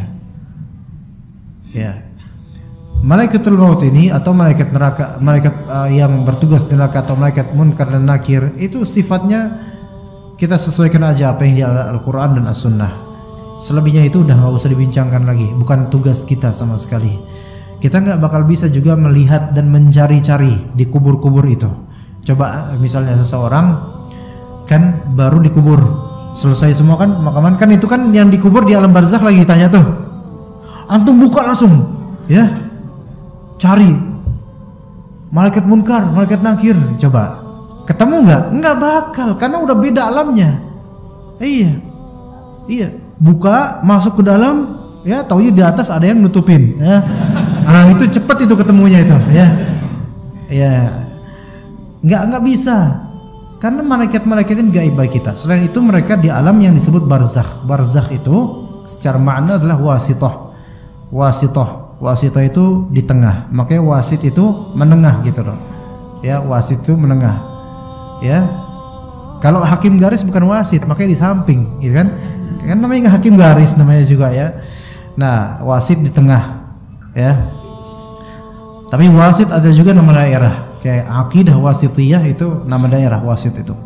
Taib. Jadi barzakh itu di tengah antara dunia dan akhirat. Jadi azab dan kenikmatan yang ada di dalam alam barzakh ini itu bukanlah murni 100% dari surga atau neraka, bukan. Itu beda lagi. Ini baru dikubur.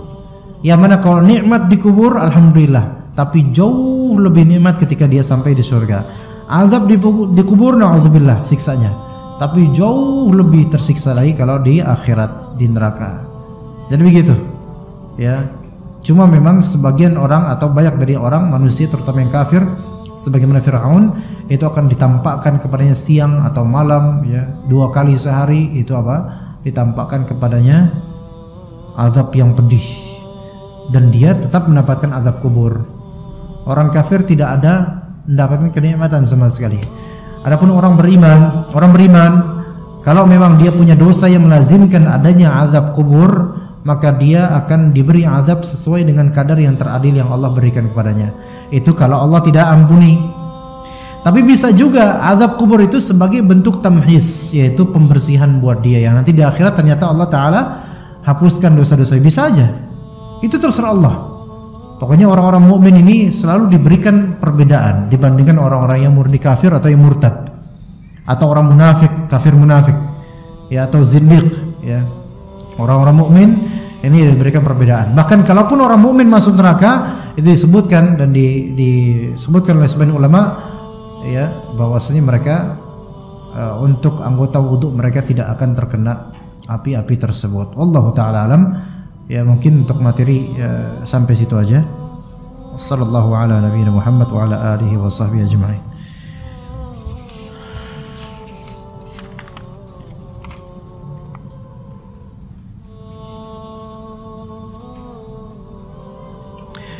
Pertanyaan Ustaz, jika seseorang bercanda dengan khabar sahih dia azab kubur seperti jika engkau ditanya malaikat penanya kubur katakan anak pengikut fulan pasti entar lewat, Ya ini khawatirnya masuk istihza sih ini, yaitu mengolok-olok agama. Ini biasanya dari ormas kuburiyin ya. Biasanya begitu. Ya mungkin karena kuburiyun ya mereka jadi main-main di kuburan ya. Orang yang seperti memang ya wallahu alam, biarin ajalah, susah untuk dinasehati ya, karena pentolannya yang bicara seperti itu ya, maka jangan tanya lagi bagaimana bawahannya. 2. Fungsi dari azab kubur bagi seseorang yang mendapatkannya. Taib, apa fungsinya? Fungsinya jaza. Pertama, azab kubur itu jaza ya. Jadi azab kubur itu bukan ibtida. Maksudnya ibtida itu adalah permulaan, bukan. Maksudnya gini, Allah tidak mungkin memberikan azab kubur kecuali ada sebab ya. Itu apa sebabnya? Ya bagaimana dia di dunia itu kan? Sebabnya itu dia bermaksiat atau dia kufur, maka dia akan mendapatkan azab kubur. Jadi azab kubur ini jaza, bukan ibtida'u syai'. Ibtida'nya di apa? Ibtida'nya di dunia. Dunia ngapain? Nah, itu bidayahnya, sababnya. Azab kubur itu akibat ya, jaza, ganjaran, balasan ya. Jadi kalau orang nggak ada dosa nggak mungkin dapat azab kubur. Makanya para nabi, para siddiqin, syuhada, mereka karena tidak dapat fitnah kubur, insya Allah mereka diampuni semua dosa ya. Begitu. Jadi azab kubur fungsi pertamanya adalah jaza. Itu yang pertama ya. Fungsi kedua, kalau ini untuk sebagian, takhwif, penakut-nakutan, membuat orang itu makin takut ya. Sekaligus ini juga jaza, takhwif, dan ini biasanya untuk orang-orang kafir ya, yang memang kafir asli, seperti Firaun yang tadi kan dia dapat azab kubur kemudian ditampakkan kepadanya azab neraka dan seterusnya. Ini takhwif, membuat mereka semakin ciut dan semakin putus asa ya. Kemudian yang ketiga, fungsi azab kubur bisa juga untuk tathhir, tamhis, pembersihan. Tapi enggak semuanya. Yang kadang-kadang azab kubur ini bisa membuat orang terhapuskan dosanya, sehingga di akhirat dia lebih baik, bisa aja. Tapi ini untuk siapa? Untuk mukminin yang memiliki maksiat-maksiat yang berkonsekuensi azab kubur. Bisa jadi loh, ya bisa jadi, walaupun tidak mesti tapi bisa jadi. Itu fungsi dari azab kubur. Yang pertama jaza ya, yang kedua takhwif, penakut-nakutan. Jaza artinya balasan. Yang ketiga apa tadi? Tathhir atau tamhis atau semisal itulah ya. Tapi nomor satu ini untuk siapapun yang semua yang dapat azab kubur pasti itu berupa jaza buat dia, ganjaran buat dia. Nomor dua, takhwif, itu hanya untuk siapa? Untuk orang-orang kafir ya. Yang ketiga, untuk membersihkan, itu untuk sebagian orang-orang yang beriman. Untuk orang kafir nggak ada pembersihan, nggak ada. Dia mereka dapat azab kubur, di akhirat nggak ada ampunan, ya kan? Nggak. Innallaha la yaghfiru ayyushraka bihi wa yaghfiru ma duna dzalika liman yasha. Allah tidak akan mengampuni dosa-dosa syirik yang belum ditaubatkan setelah kematian. Sebelum kematian belum ada taubatnya. Ya begitu. Assalamualaikum Ustaz. Waalaikumsalam warahmatullahi wabarakatuh. Semoga kita semua yang ada di sini diberkahi Allah. Allahumma amin. Dan juga antum. Pertanyaan, apakah orang yang mati suri yang mengaku melihat azab kubur itu benar atau salah? Taib. Pertama kita bahas mati suri dulu. Mati suri itu dari bahasa Arab dia, bahasa kita tapi serapan bahasa Arab. Mati suri itu mati semi mati. Apa? Ya semi mati. Karena setengah mati. Ya jadi aku cinta padamu setengah mati, berarti aku cinta padamu mati suri gitu ya. Ya. Gitu. Mati dari bahasa Arab juga maut, kematian. Suri dari kata surah, gambaran. Jadi mati suri itu bukan mati secara hakiki. Ya, dia mati secara gambaran seperti orang mati, tapi hakikatnya dia belum mati. Makanya ntar hidup lagi gitu loh. Dia bukan hidup setelah mati, bukan. Karena dalam ayat Allah itu hidup setelah mati itu hanya untuk apa? Hari kiamat. Jadi nggak ada orang sudah mati hakiki kemudian hidup lagi, itu nggak ada. Nggak ada. Nabi Isa alaihissalam belum mati, belum wafat, maksudnya belum mati secara hakiki belum. Makanya nanti akan ada lagi. Maka Nabi Isa tidak dikatakan bangkit dari kematian. Enggak ada bangkit dari kematian, enggak ada. Itu khurafat. Ya. Adapun mati suri, ini sebenarnya Allah belum mematikan dia, ya. Cuman bagaimana Ustaz kok misalnya gitu, berarti dia disimpan dong rohnya. Anda nggak tahu kok itu, Anda nggak pernah ngerasain dan belum mau merasakan gitu. Ya mendingan kita mati aja gitu kan ya. Nah, ini mati suri memang dia bentuknya seperti kematian. Maksudnya ya kita melihat orang ini mati gitu kan ya. Tapi hakikatnya belum Allah takdirkan mati sampai alam barzah dengan segala hal dan seterusnya. Itu. Ya makanya disebut mati suri. Orang kalau udah ke alam barzakh dia tidak bisa ke alam dunia. Itu hukum udah ijma' ulama, nggak ada lagi yang menyangkal seperti itu. Terus bagaimana kalau ini orang mati suri? Ya udah dimandiin, dikafanin, bangkit, kemudian orang-orang pada kabur. Kan gitu kan ceritanya kan gitu tuh. Bangkit, wah bangkit, mati ya, masya Allah. Astagfirullahaladzim, ada apa ini, ada apa? Pocongnya bingung tuh. Ada apa? Balik. Ya mau manggil-manggil kan udah kayak gini susah. Balik mas, saya masih hidup ini, dipocongin, apa-apaan ini, penghinaan ini, kata dianya kan. Nah, dia mengalami mati suri. Kalaupun dia kemudian cerita, ya orang-orang datang balik, ternyata dia masih hidup. Kemudian kan, kamu tadi kayak mati? Iya tadi saya melihat ini, melihat itu ya. Kan ada tuh di WhatsApp kadang-kadang tuh ceritanya. Detail, masya Allah. Kita mimpi aja, nggak sampai sedetail itu bisa menceritain loh. Ini detail. Wah, dari sesuai dengan kronologi yang kadang-kadang sesuai dengan hadis Nabi SAW. Sekarang kita katakan, ya, yang dia ceritakan benar nggak gitu loh. Ya, nah di sini jawabannya harus dipahami. Yang dia ceritakan tuh benar nggak gitu loh. Kita katakan, dia cerita itu benar mungkin, tapi yang dia ceritakan apakah itu alam barzakh belum tentu. Paham nggak? Kita bilang dia jujur nggak cerita, mungkin jujur. Ketika itu dia ngelihat ini itu ini, mungkin jujur. Dia ngelihat ada malaikat serem dan seterusnya, ada amalan soleh. Iya mungkin dia jujur ngomong gitu. Tapi kita tidak mengatakan oh itu ternyata itulah alam barzakh. Kita nggak ngomong gitu. Paham nggak ikhwan bedanya? Gimana? Ada yang belum paham?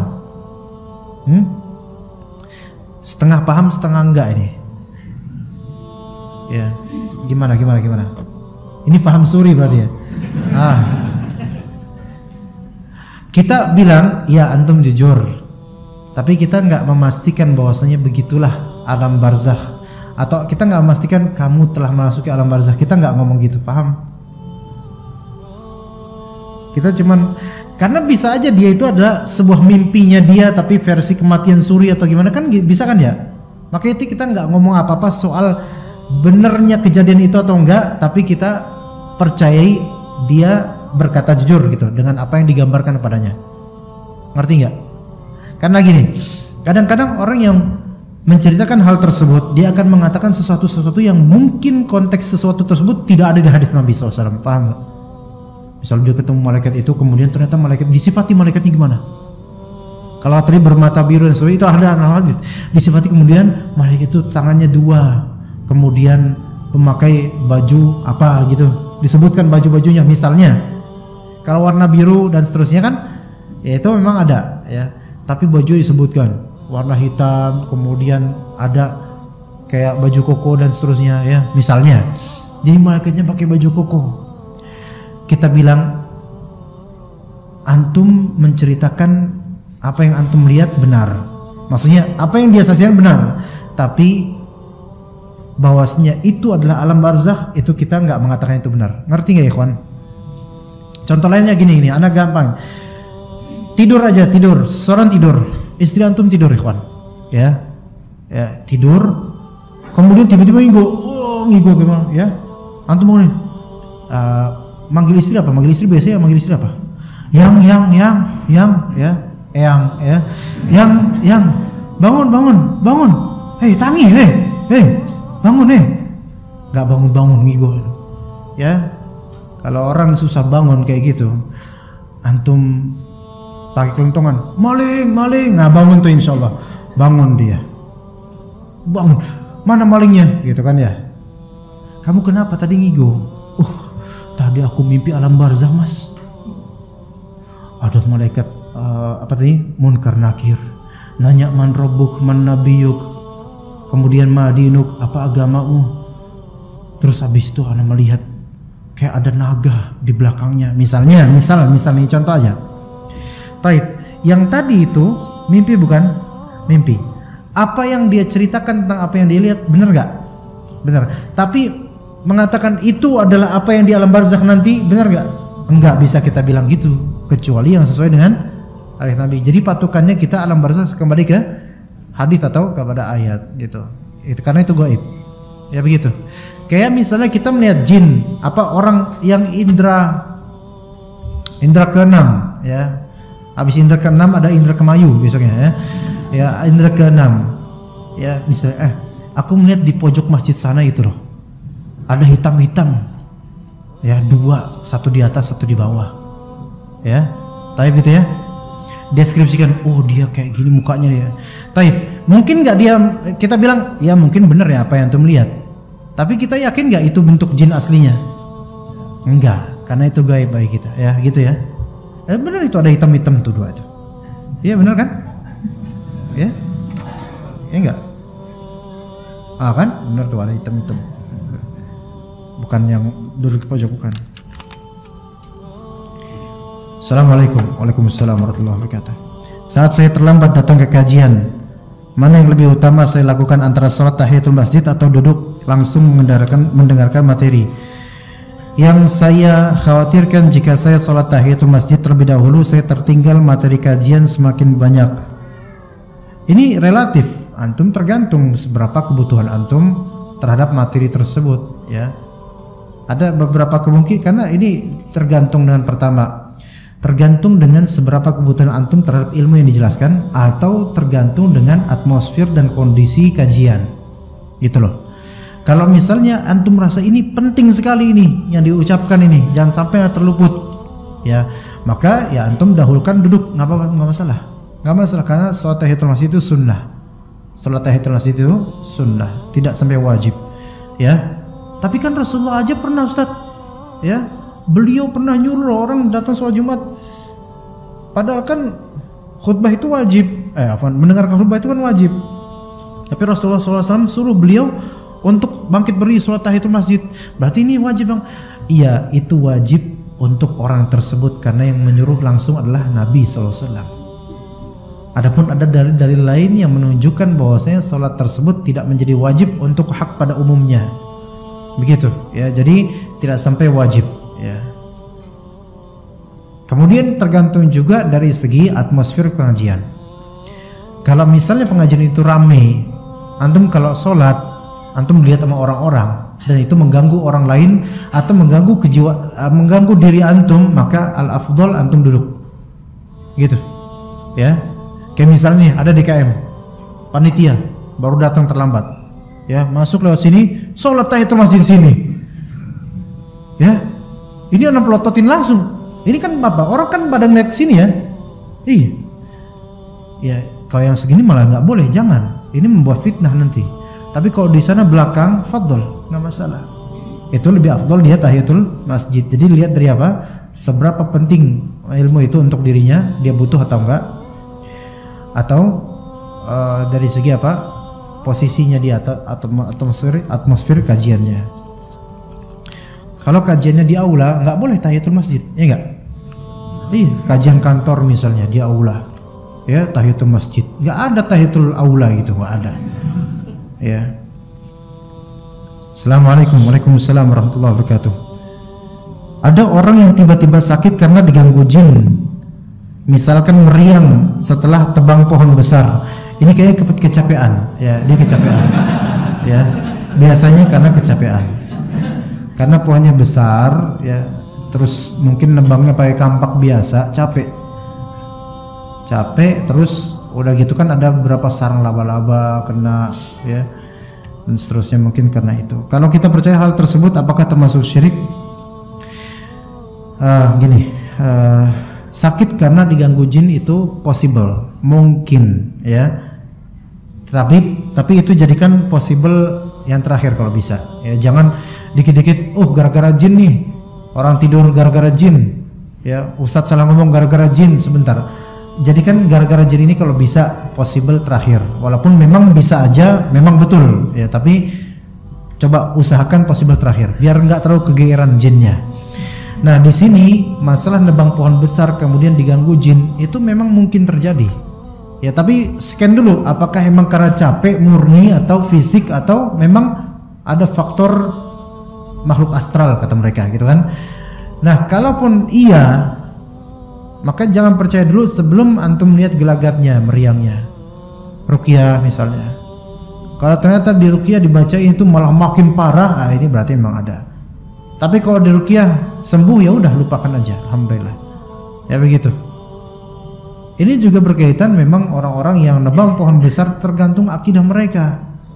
Ya, tergantung akidah mereka. Kalau lemah kena sama jin bisa. Jadi kalau nebang pohon besar itu kan nggak usah ya matur suwun atau apa namanya kula nuwun ya permisi mbah ya. Emang mbah-mbah ngapain coba di pohon, kan nggak ada ya, mbah-mbah ngapain di situ, nggak ada siapa-siapa. Ini yang kayak gini-gini permisi fazaduhum rohaqo kata Allah Subhanahu Wa Taala. Maka mereka menambahkan kesesatan buat manusia gara-gara itu.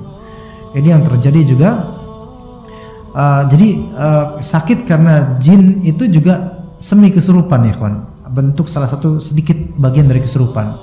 Dalam tafsir Ibnu Katsir ketika menafsirkan ayat yang tadi Anda sebut, dulu orang-orang Arab ketika mereka melewati suatu lembah yang dikenal angker ya, kemudian malah justru pakai bahasa yang kayak tadi, permisi mbah ya, numpang lewat mbah ya, gitu. Yang kayak gitu, tadinya mbah-mbahnya itu mungkin takut.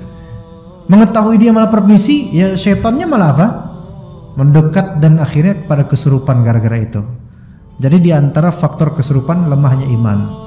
Ya, kalau bisa jangan kesurupan. Tapi nggak mesti orang kesurupan berarti lemahnya iman. Nggak mesti. Kadang-kadang memang dipaksa untuk kesurupan saking kuatnya ujian dari Allah Subhanahu Wa Taala. Ya.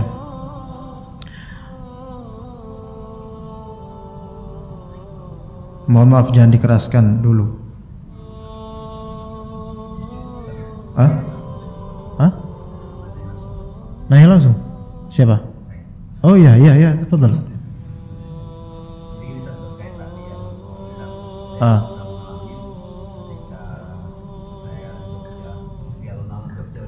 Pakai ini. Iya. Malu.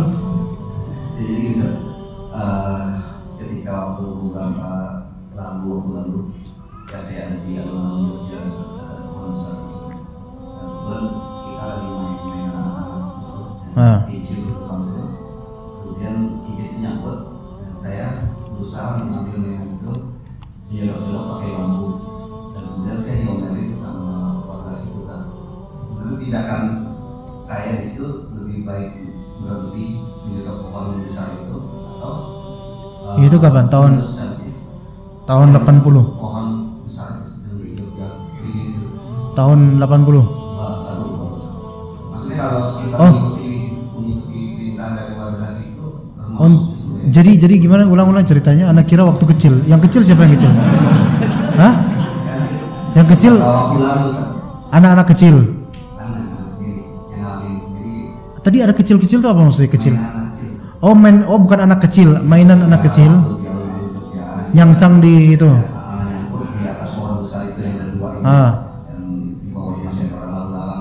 Ya terus.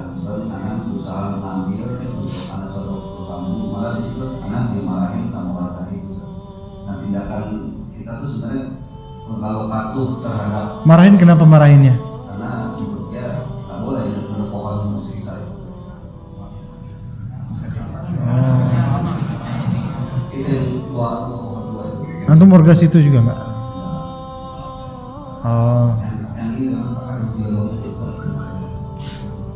Enggak, kalau misalnya antum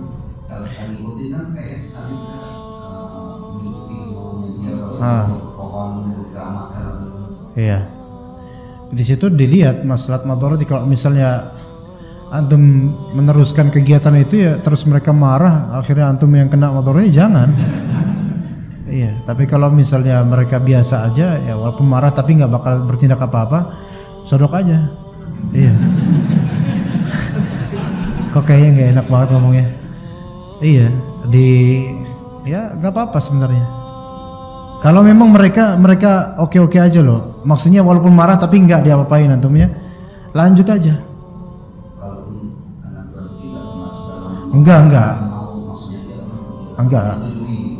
tentang kemungkaran yang terjadi. Berhentinya karena apa? Karena khawatir madarat mereka kan? Ya enggak itu enggak apa-apa. Iya. Ya enggak harus langsung antum terusin, nanti mereka marah gimana? Iya, kemarahan mereka itu lebih ngeri daripada kemarahan setan itu sendiri, karena kalau mereka marah nanti kajian ini enggak ada nanti. Ya Ustadz, tolong ditegur suara ummahat dan anak-anak di ruang sebelah. Ini yang tadi kecampur.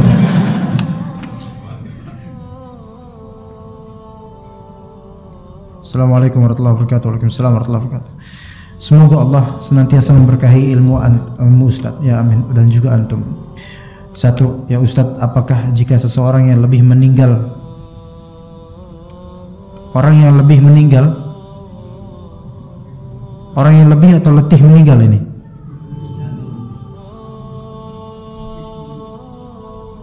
Oh, maksudnya lebih dulu meninggal kemudian sudah berwasiat agar diurus sesuai sunnah, tetapi anggota keluarganya tidak melaksanakannya. Apakah jenazah akan dia azab dalam kuburnya? Ya enggak lah, kesian. Kan dia udah, ya Allah, kesian banget orang diginiin ya. Dia kan udah berwasiat ya, dan ini yang dosa adalah yang mengurusnya, ya, pengurus jenazahnya. Iya, dia udah berwasiat, nggak dilakukan, dia yang kena azab. Enggak. Ya, dia sudah memberikan amanah. Apakah kisah-kisah yang beredar seperti orang soleh yang dikubur jenazahnya utuh boleh dipercaya? Ya mungkin bisa utuh insyaallah kalau misalnya memang Allah izinkan itu. Tapi itu tidak melegitimasi bahwasanya dia itu dapat kenikmatan di kubur, nggak bisa. Karena utuh secara duniawi. Ya, utuh secara dunia itu kalau orang biasa. Kalau para nabi sudah dijamin utuh fisik secara duniawi dan juga secara barzakhi, insyaallah Allah Ta'ala berikan kebaikan. Ya begitu. Kalau kita nggak ada jaminan. Bismillah, ahsanallahu ilaikum wa ahsanallahu ilaikum. Maaf di luar tema. Ustaz, bagaimana cara bertaubat dari dosa onani? Oh, onani ini tak kira onam. Dari dosa onani, saya takut akan azab kubur. Wallahu ta'ala alam, onani tidak melazimkan adanya dosa tersebut, ya wallahu alam. Enggak, maafan, maksudnya onani tidak melazimkan adanya azab kubur, enggak. Pernah dengar Bang, apa di antara sebab azab kubur onani ada dengar? Hah? Enggak ada yang dengar? Kalau buang air kecil ya. Kalau ini buang mani, ini bukan buang air kecil. Onani atau masturbasi, apakah itu melazimkan? Ada nggak dalil khusus? Ya, dalil-dalil yang berkaitan dengan ini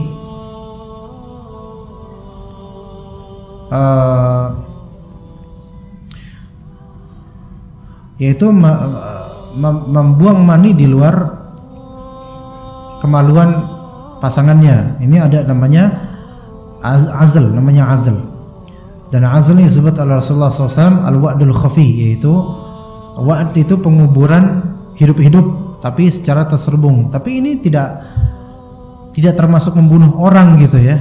Maksud ana di sini wallahu alam, coba antum cek di Al-Kabair apakah masuk dosa masturbasi ke dosa kabair, yaitu dosa besar. Ya, kalau berzina ya jelas, tapi kalau bukan baru, maksudnya level itu ya, masturbasi itu wallahu alam, ana nggak bisa bicara apa-apa, tapi setahu ana tidak sampai kepada azab kubur. Hanya saja seseorang kan berbeda tingkatannya, syahwatnya dan seterusnya ya. Itu tergantung dia bagaimana, apakah itu sampai menjerumuskan dia ke zina yang betul-betul zina yang dimaksud, yang sampai dosa besar di antara sab'a mubiqat itu adalah al-wata' namanya. Al-wata' itu adalah minimal dukhulu al-hasyafah atau dukhulu hasyafati dzakar ila farji mur'ah ya, au duburi ya. Yang namanya wata' itu adalah masuknya hasyafah, yaitu maaf kepala zakar ke farj atau kemaluan depan perempuan, ataupun maaf duburnya atau dubur laki-laki. Ini semua atau dikiaskan dengan itu watok semuanya itu. Maka itu masuk apa? Zina masuknya. Ini yang masuk ke dalam zina. Zina yang berkonsekuensi hukum rajam ataupun cambuk. Ya, enggak, zina enggak qisas. Zina itu masuknya hukum had. Hukum yang sudah ditentukan syariat, yaitu rajam bagi yang muhsan ya sampai mati, atau cambuk 100 kali bagi yang bujang. Ya, paham di sini ya. Begitu. Jadi wallahu alam kalau ini enggak ya. Karena begini ikhwan. Enggak apa-apa ya jawaban ini enggak jorok kan ya? Ilmiah loh nih. Iya. Apa aduh, anu mau jabarin gak enak, ini pelajaran azab kubur ya, tapi kok kesini ya. Tapi ini salah penanya nih, tapi nggak apa-apa. Gimana membahasakannya? Bagaimana hukumnya? Aduh, gak enak juga ngomongnya. Gimana? Bagaimana hukumnya? Antum ngerti gak apa yang anda pikiran?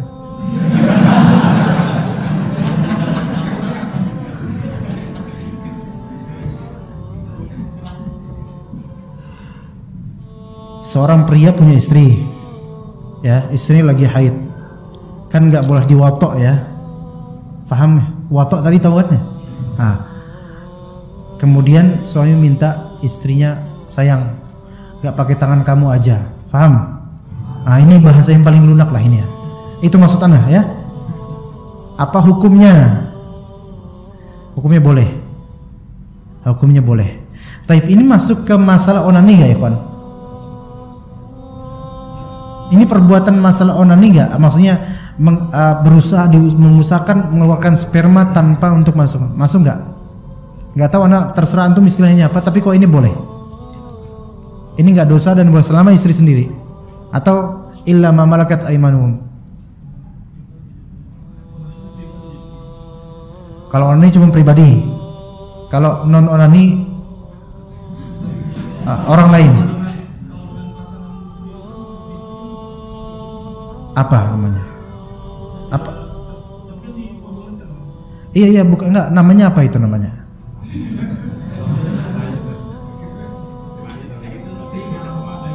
Oh, belum ada di Indonesia. Ya, belum ada di Indonesia. Ya itu, Suruh nikah lagi. Suruh nikah lagi ya, masya Allah. Ya emang benar itu solusi yang benar, tapi yang ngomong pun belum beramal ya. Ya ala kulli hal, kalau kayak gitu boleh. Ya, itu boleh karena dalilnya di Syekh Utsaimin juga berpendapat membolehkan, memang boleh. Ya. Mereka yang menjaga kemaluannya illa ala azwajihim aw ma malakat aymanuhum, kecuali pada istri-istri mereka, pasangan mereka atau budak-budak mereka. Nah, ini boleh yang seperti ini. Dan ini kalaupun namanya onani, kalau misalnya ini namanya onani atau masturbasi atau apa namanya, ini adalah yang dibolehkan, gitu loh. Jadi maaf, perbuatan tersebut itu bukan boleh secara zat atau tidak boleh secara zat, tapi tergantung siapa yang melakukan, gitu kan ya? Ah, gitu. Udah paham dah. Ya, case closed ya. Assalamualaikum warahmatullahi wabarakatuh. Ini terakhir ini. Amalan dan apa yang bisa kami terapkan agar kami bisa terhindar azab kubur, dan pada saat apa kami amalkan, pada saat sholatkah atau setelah sholat? Dua minimal, Al-Quran dan doa. Al-Quran baca Al-Mulk, sebagaimana Sunan At-Tirmidzi dan lainnya. Al-Mulk itu, surat Al-Mulk dibaca di setiap malam, ya, dan usahakan hafal lah. Ya, jadi antum sambil nyetir, sambil jalan baca Al-Mulk. Dari belum sampai rumah udah selesai 30 ayat Al-Mulk. Itu diantara nama Al-Mulk itu An-Najiyah. Bukan nama pesantren ya, An-Najiyah ini. An-Najiyah di sini artinya yang selamat. Bisa juga Al-Munjiyah atau An-Najiyah, yang menyelamatkan dari azab kubur. Ya, itu satu. Kedua, doa. Yaitu doa apa? Allahumma inni a'udzubika min adzabi jahannam wa min adzabil qabr wa min fitnatil mahya wa min fitnatil masiihid dajjal. Minimal 2 itu antum rutinkan. Kalau nggak bisa, 1 aja yang ringan, yang mungkin yang tadi ucapkan doa tersebut sebelum salam. Ya, sebelum salam dalam sholat ucapkan. Ya, oke, itu insyaallah Allah Taala akan melindungi kita dari azab kubur. Dan insyaallah kalau seseorang terlindungi dari azab kubur, mudah-mudahan di akhiratnya lebih mudah lagi insyaallah. Ya. Fadhol. Yang mana nih? Pohon tadi masih belum selesai. Jadi satu lebih detailnya, ketika mainan anak-anak nyangkut, berusaha mengambil pakai sendal anak itu. Pakai apa? Sendal, awalnya sendal. Iya. Sampai ada sendalnya hilang di atas. Jadi itu pohonnya itu yang dipercayai oleh warga Jogja. Itu rimbun banget pohonnya. Pohon keramat itu rimbun banget pohonnya. Ada 2 itu. Apa merek sendalnya? Apa mereknya? Mungkin mereknya. Lumayan. Jadi nyangkut 1, kemudian ada warga yang berinana, anak lempar lagi, nyangkut 2. Nah, itulah. Setelah itu mereka udah marahin anak, dan akhirnya kalau saudara nyangkut, mereka lebih percaya lagi bahwa kamu telah mengganggu pohon. Nah, itu karena dipercaya warga itu. Nah, terakhir apa mereknya? Apa tadi mereknya? Apa mereknya? Sendal mereknya? Hah? Sendal dulu. Coba yang swallow itu insyaallah balik lagi itu. Karena sendal anak nyangkut, sendalnya lumayan lah, dapat mainan banyak gitu saja. Iya. Bisa ambil bambu. Nah, setelah mengambil bambu tuh dimarah lagi warga itu. Nah, akhirnya karena ada salah nikahnya tuh, kalau anak berhenti nanti lebih percaya, mereka lebih percaya bahwa di pohon itu ada belenggu, karena dengan anak lempar sendalnya hilang dua-duanya juga bisa di atas. Masya Allah. Ya itu emang kejadiannya tadi tuh. Iya. Di alun-alun Jogja itu. Dan akhirnya setelah hilang dan dari Ustaz dan pada warga itu marah lagi, berhenti, tapi kan menyisakan hal-hal yang mereka membuat mereka lebih percaya bahwa pohon itu angker. Akhirnya kita balik ke mobil, anak ganti sepatu. Sepatu? Kayak gitu menyebabkan kita memberikan keyakinan kepada mereka bahwa itu lebih angker gitu. Akhirnya kan kita sudah ada yang kedua. Antum ada mau treatment berikutnya, mau melakukan step berikutnya atau? Rencananya besok pagi kan gue balik itu kayak gitu.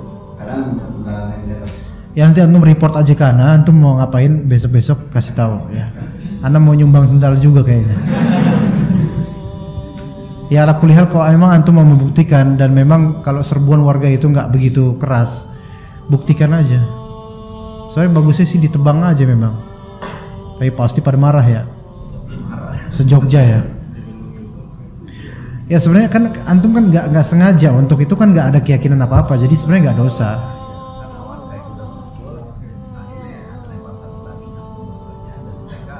Antum lagi kenapa lempar lagi? Masya Allah. Ala kulli hal lah. Ana nggak tahu mau komentar apa ya. Masya Allah.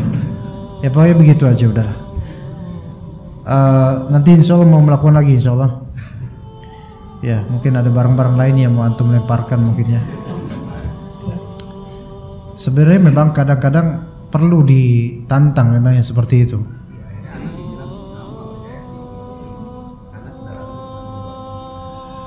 Masya Allah, nggak percaya ya, taib. Ya udahlah. Tapi suatu saat akan kesana lagi insya Allah. Memang kalau misalnya kita bermaksud menantang, maksudnya menantang di sini, insya Allah gak ada madorat dan membuat orang-orang supaya apa? Supaya nggak percaya, itu minimal udah dapat pahala. Walaupun yang terjadi malah sebaliknya.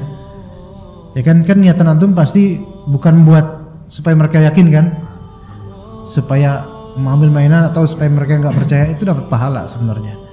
Kayak ada suatu daerah, ini cerita dari Ustadz Abu Haidar Sundawi ya.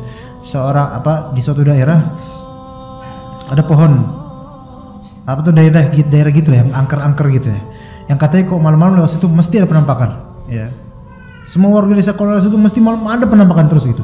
Maka seorang ustadz kemudian datang nantang ustadz ini, ayolah, ayo sok sama saya datang. Dan benar pas ada ustadz ada penampakan juga, tapi diceramain sama ustadznya, wahai syaitan takutlah kamu pada Allah, diceramain khutbah gitu kan. Ya sampai katanya mungkin anak lupa denger ya, Pak setonnya kemudian nangis atau gimana, akhirnya hilang setonnya. Semenjak itu nggak ada lagi penampakan sama sekali. Iya, maka kalau memang antum punya power berlebih, besok mungkin sepatu. Hah? Nyata. Kalau pohon tersebut pun kalau ada penunggu dan semisalnya, itu bisa juga nyata. Kenapa? Gini, setan itu hinggap di suatu tempat itu juga terbentuk dari mindset manusia tentang bagaimana tempat itu.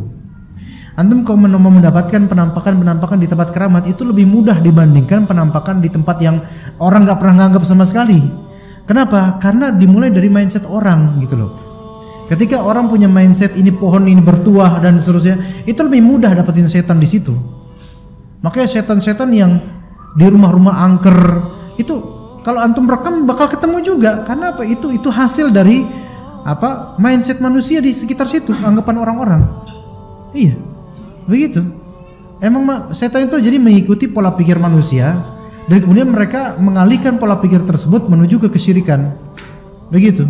Seandainya misalnya ada pohon di sini dekat ini pohon apa coba? Misalnya antum nyari pohon itu pohon apa sih itu? Mangga. Nggak ada kan yang percaya pohon mangga kecuali paling berbuah gitu kan. Udah biasa aja nggak ada yang percaya apa-apa, nggak ada yang takut mengenai apa. Antum rekam itu sampai linggis ngambang di air nggak bakal ketemu itu, nggak bakal ketemu karena nggak ada mindset di situ. Orang-orang nggak berpikir tentang itu. Sampai beberapa orang berpikir tentang itu, baru kemudian atau setan menampakkan diri untuk membuat mindset baru. Nah ini bisa. Nah yang di situ kemudian kekuatan mereka juga mereka menyerap dari mindset orang-orang. Semakin orang percaya sama setan, semakin kuat setan itu menipu gitu loh. Fazaduhum rahaqa, maka kata Allah fazaduhum rahaqa. Mereka menambahkan. Makanya mereka menguatkan diri untuk menampakkan diri atau menghilangkan sesuatu. Ya mungkin penghilangan itu bukan penghilangan fisik, tapi pengelabuhan mata karena sihir. Sebagaimana di zaman Nabi Musa dan Firaun, yaitu disihir mata. Bahkan Nabi Musa matanya pun disihir kemudian kelihatan seperti ular padahal itu tali-tali biasa. Mindset ya. Jadi seperti itu ikhwan. Ya, Anda cukup sampai sini insyaallah. Wassallallahu ala nabiyina Muhammad wa ala alihi wa sahbihi ajma'in. Subhanakallahumma bihamdika asyhadu an la ilaha illa anta astaghfiruka wa atubu ilaik. Wassalamualaikum warahmatullahi wabarakatuh.